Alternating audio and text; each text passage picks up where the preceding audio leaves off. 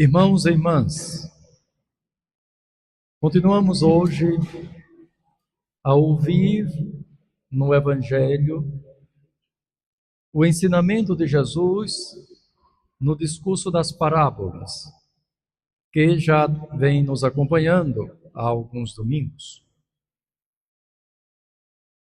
E hoje nós mudamos um pouco de ambiente, porque lembramos que nas outras parábolas nós estávamos ali na beira do mar da Galileia, Nosso Senhor no barco, falando para as multidões. Parábola do semeador, do joio e do trigo, a semente de mostarda e assim por diante. Hoje ele está em casa, não na praia, nem está com as multidões, mas com seus discípulos. De fato, o Evangelho começa: naquele tempo, disse Jesus a seus discípulos, não às multidões, mas a seus discípulos. É claro que aquelas multidões ouviram para se tornarem discípulos e discípulas, mas agora nosso Senhor está em casa, recolhido, em um momento de maior intimidade com aqueles que já eram seus seguidores. E é neste ambiente que ele vai falar sempre em parábolas, fazendo comparações muito especiais. A parábola do tesouro, da pérola e desta rede que é lançada. Estas parábolas, meus irmãos e irmãs, são úteis para que nós possamos refletir sobre o que é essencial na nossa vida, sobre nossas escolhas e sobre a sabedoria, o discernimento, a capacidade de distinguir o que nos serve daquilo que não nos serve. O bem do mal, no final das contas, é o discernimento. O que é essencial é aquilo que nós pedimos. Em preparação, vamos dizer assim, para escutar o Evangelho, nós hoje tivemos a graça de ouvir esta oração de Salomão. Deus propõe: pede o que desejas e eu te darei. E aqui tem já alguma coisa muito interessante, porque Salomão se apresenta assim: eu não passo de um adolescente. Eu sou um adolescente, é um jovem. Eu não passo de um adolescente. Ora, a maturidade desta oração, ou a beleza, grande significado da oração de Salomão, alguém poderia dizer: mas ele fez esta oração porque era um homem muito sábio, muito experimentado na vida. E não é assim. É a oração de um adolescente. É a oração de um jovem que deveria ser rei ainda muito jovem, a quem o pai dirigiu palavras já de sabedoria, dentre elas disse: seja homem, no sentido, seja firme. Foi assim que Davi instruiu a seu filho Salomão. E Salomão é um adolescente, ele mesmo é assim que ele se apresenta: eu não passo de um adolescente. E faz uma escolha daquilo que é essencial. Ele pede não, como o próprio Senhor vai lhe responder: não pediste longos anos de vida, riqueza, morte dos teus inimigos. O que é que nós pediríamos a Deus? Aliás, irmãos e irmãs, hoje é o dia para que nós consideremos o que é que nós estamos pedindo a Deus. Porque os nossos pedidos vão nos indicar onde está o nosso coração, qual é o nosso tesouro. De fato, nosso Senhor disse: onde está o teu tesouro, aí estará o teu coração. Para saber onde está o nosso coração, basta que nós examinemos os nossos pedidos. O que é que nós temos pedido a Deus? Riqueza? Saúde? Portanto, longos anos de vida? O fim dos inimigos? O que é que nós pedimos a Deus? Não possa pensar. Normalmente, nas suas preces, o que você tem pedido a Deus? Para derrotar seus concorrentes e assim por diante. Não foi isso que Salomão pediu. Salomão pediu um tipo de coração. Ele pediu um coração compreensivo, que na verdade se diz um coração que escuta. Ele quer um coração que escuta, porque sabedoria significa escutar. Quem não escuta não é sábio. Quando ele diz, eu quero um coração compreensivo, que na verdade diz, um coração que escuta, um coração dócil. Ele pede um coração dócil. É um coração que quer aprender. Ser sábio significa querer aprender. Quem diz que já sabe de tudo e não precisa aprender, não quer um coração compreensivo. Não quer um coração que escuta. Não quer um coração dócil. É orgulhoso. Eu te louvo, ó Pai, assim nós cantamos na aclamação ao Evangelho. Deus do céu, Senhor da terra, os mistérios do teu reino aos pequenos, Pai, revela. Aqueles que têm um coração dócil, que aceita ser ensinado, que escuta. Foi isso que Salomão pediu e recebeu. Fez uma escolha. Ele escolheu o essencial, que é a sabedoria, e o resto lhe foi dado por acréscimo.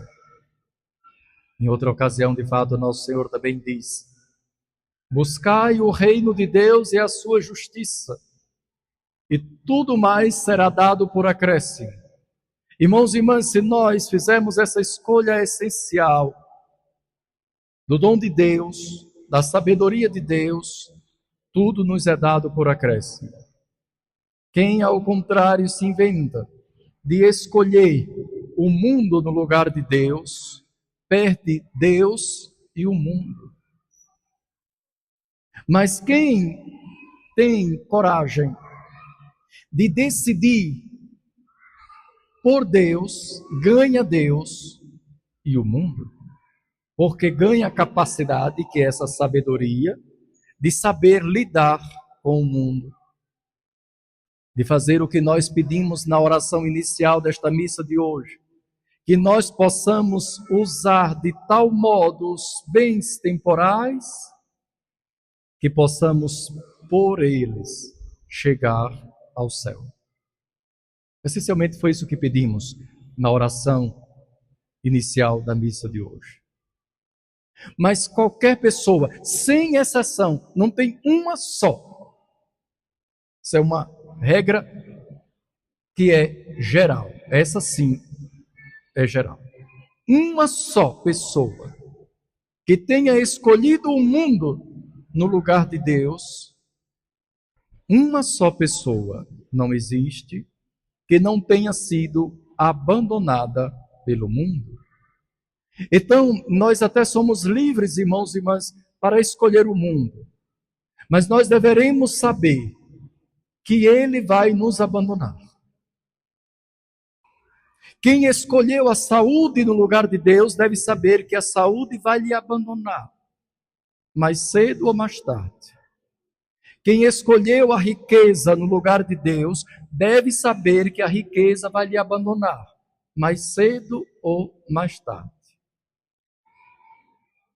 Quem escolheu as satisfações da vida deve saber que elas vão lhe abandonar, mais cedo ou mais tarde.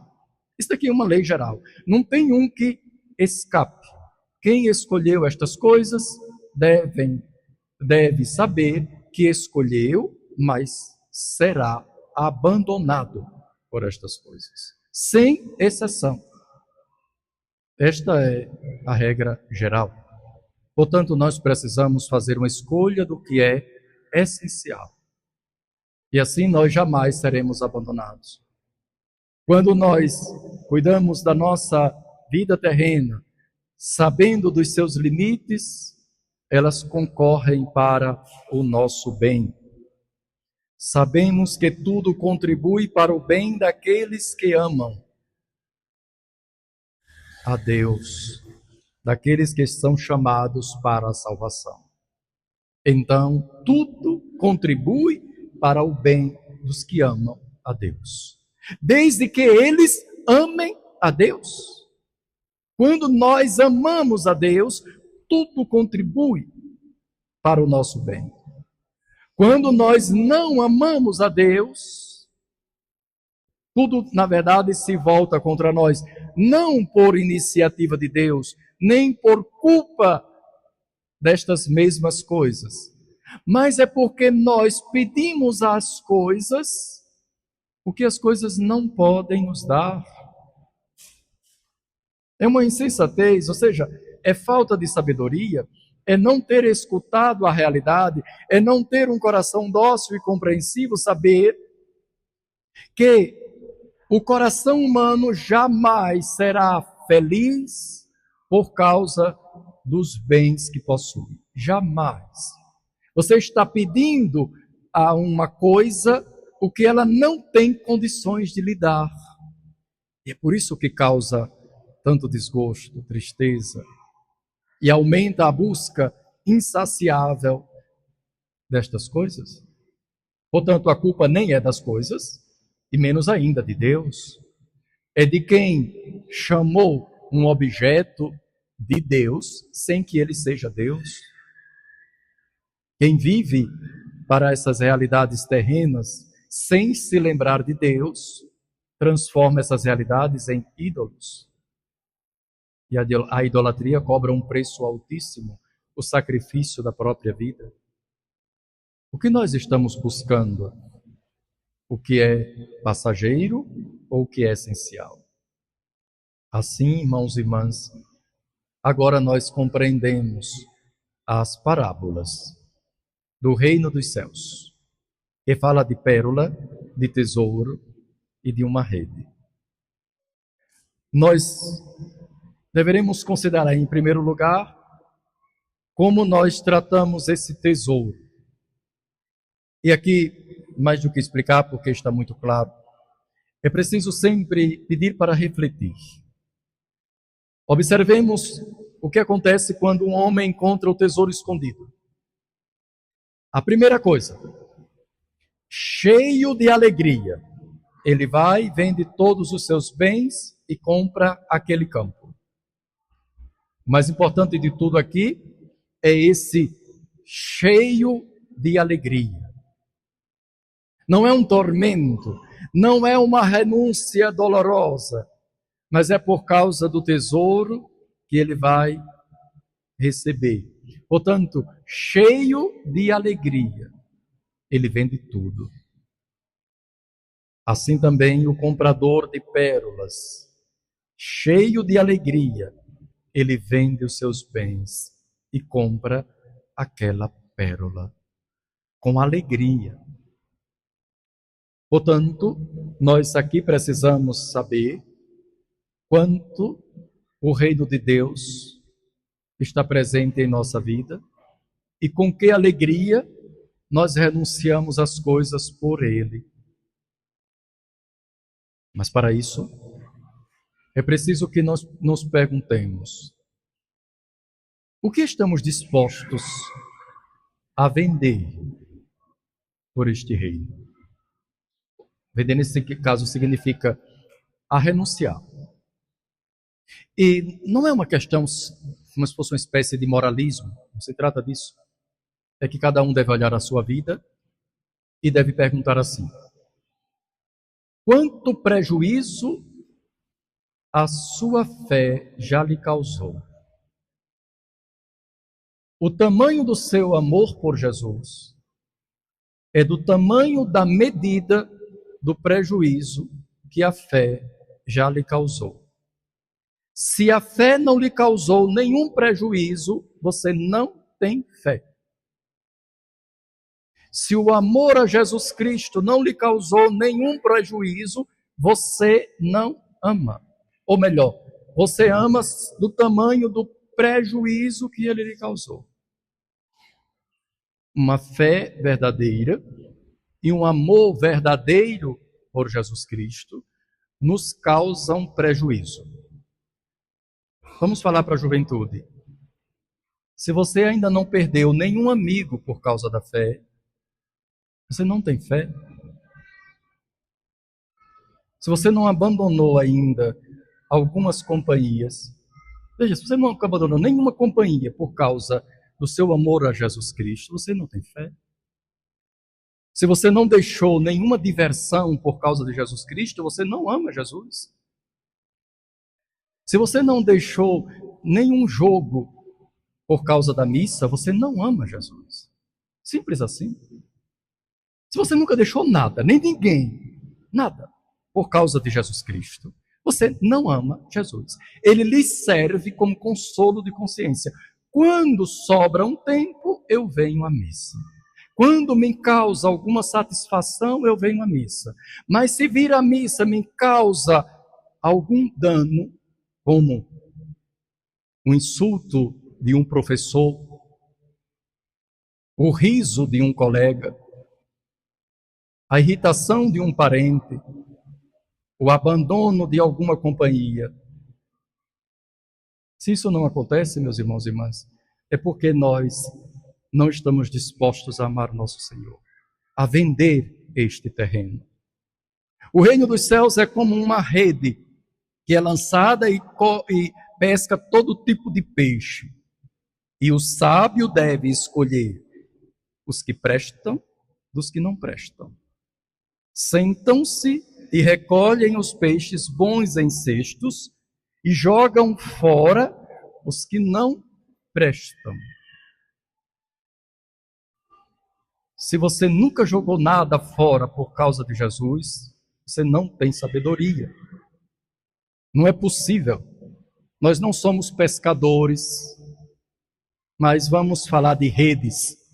Sabe que tem um negócio agora chama de redes sociais. Está vendo que dá para falar da mesma coisa? Nas redes sociais tem o que presta e o que não presta. O sábio, que escuta, que tem um coração dócil, sabe diferenciar o que presta e o que não presta. Recolhe o que presta e joga fora o que não presta. A sua fé, meus irmãos e irmãs, tem lhe ensinado a identificar o que presta do que não presta. E quando você identifica entre o que presta e o que não presta, o que é que você faz? Não presta, mas é meu amigo. E você fica com ele? Não presta, mas eu me acostumei. Não presta, mas me dá alguma satisfação. Nós sabemos escolher entre o que presta e o que não presta. É isso que tem sabedoria? É o dom do entendimento, do discernimento. Então, irmãos e irmãs, hoje, essa linda parábola da pérola, do tesouro e da rede, quer, na verdade, nos fazer pensar e refletir sobre o tamanho do nosso amor por Jesus Cristo. Mas nós podemos compreender melhor, para que isso não recaia sobre nós como uma exigência muito grande. Ler especialmente a parábola da pérola preciosa em outra perspectiva. Encontrei em um livro de um padre italiano chamado Fábio Rosini uma reflexão sobre esta pérola.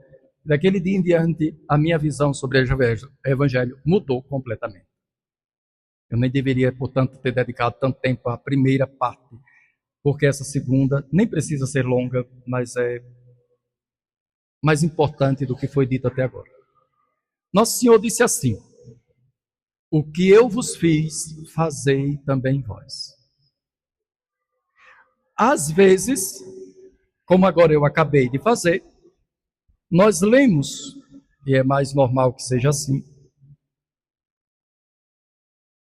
esta parábola da pérola como Jesus é a pérola e eu sou o comprador que devo vender as coisas por Jesus, que é a pérola. Mas nós podemos, na verdade, ver o contrário. E isso nos motiva a fazer uma escolha por Jesus. Porque São João escreveu assim: a prova de que Deus nos ama é que Cristo nos amou primeiro. E também São Paulo escreve que quando éramos pecadores, o Senhor nos amou. Eu te amo, é o que nos diz Jesus. Portanto, a pérola somos nós, e não Jesus. Jesus é o comprador. O comerciante é Jesus. E pensemos agora nesta parábola, quase esquecendo o que eu tinha dito antes, mas agora pensemos. Façamos uma reviravolta. Ao invés de pensarmos que nós temos que dar alguma coisa por Jesus, nós só precisamos reconhecer que nosso Senhor, Ele vendeu tudo para adquirir uma só pérola. Você. Eu sou a pérola. O comerciante que tudo deu para adquirir a pérola é Jesus Cristo. E a pérola sou eu. A pérola é você. E por que nós podemos dizer isso? Irmãos e irmãs, eu disse, se você não teve nenhum prejuízo por causa do amor, você não ama. E nosso Senhor, quanto prejuízo, ofensas, insultos, morte, traição. Ele deu tudo, até o seu sangue, tudo por uma pérola. Vendeu tudo. Tudo que Jesus era, tudo que Jesus tinha, ele deu para adquirir uma pérola. E ainda sem saber se essa pérola queria ficar com ele. Somos nós. Por mim e por você. Ele vendeu tudo. Ele deu tudo. Portanto, quando nós falamos de amor, nesse caso nós estamos falando de uma resposta por causa da iniciativa de Deus. Irmãos e irmãs, pensemos nisso. O amor nos causa prejuízo. É porque, infelizmente, a palavra prejuízo é muito ligada ao mundo material, quase econômico. Ter prejuízo é perder algum dinheiro. Não, não é dessa parte que eu estou falando. Mas eu preciso abrir mão de alguma coisa quando eu amo. Vamos voltar ao início, tratando do amor humano. Qual é o casal de namorado ou namorada? Qual o namorado ou namorada que não teve que abandonar uma parte da sua vida quando começou a namorar? Abandonou. Se não amava, não abandonou nada. Mas não é difícil de verificar. Você mesmo que agora que namora, até quem é casado nesse caso, mas sobretudo os namorados, vocês abandonaram o que para namorar? Deixaram quem? Quem ficou mais importante na vida de vocês? O amigo diz: rapaz, não deixa uma mulher mandar na tua vida, não. Vamos jogar. Se você não ama, você vai para o jogo. Mas você ama, não, tem um negócio mais interessante para viver que jogar. Então, se você não é capaz disso, você não ama. Ah, eu amo, mas não vou abrir mão da minha amizade. Não, você não ama. Você está querendo enganar alguém. E a você mesmo, evidentemente. A mesma coisa em relação a Jesus Cristo. Por isso, falando assim, talvez fique mais claro, sobretudo para a juventude. Deus, meus irmãos e irmãs, Ele teve um grande prejuízo porque nos ama. Ele não poupou o seu próprio filho, seu amado, o entregou. A sua maior riqueza. Ele vendeu tudo. São Pedro escreveu: nós não fomos comprados com coisas perecíveis como ouro ou prata. Nós fomos comprados pelo precioso sangue de nosso Senhor Jesus Cristo. Este foi o preço do nosso resgate. Se nós cremos nisso, por que é que nos custa abrir mão do nosso tempo, dos nossos dons, colocando-os a serviço, dos nossos vícios, dos nossos pecados, dos peixes maus que estão nas nossas redes? Que insistência é essa de permanecer assim? É porque nós não sabemos que somos esta pérola preciosa que custou o sangue de nosso Senhor Jesus Cristo. Jesus vendeu tudo para nos adquirir. Tudo. E hoje nós somos chamados, mais do que fazer alguma coisa por Jesus, é dizer: Senhor, eu quero ser essa pérola do teu tesouro. Me leva contigo. Só isso. Nós não precisamos fazer nada, irmãos e irmãs. Nós precisamos somente deixar que Deus nos ame. Deixa Deus amar. É só isso. É mais do que amar a Deus. É deixar-se amar por Deus. E quem se deixa amar por Deus, acaba por descobrir como Deus é maravilhoso.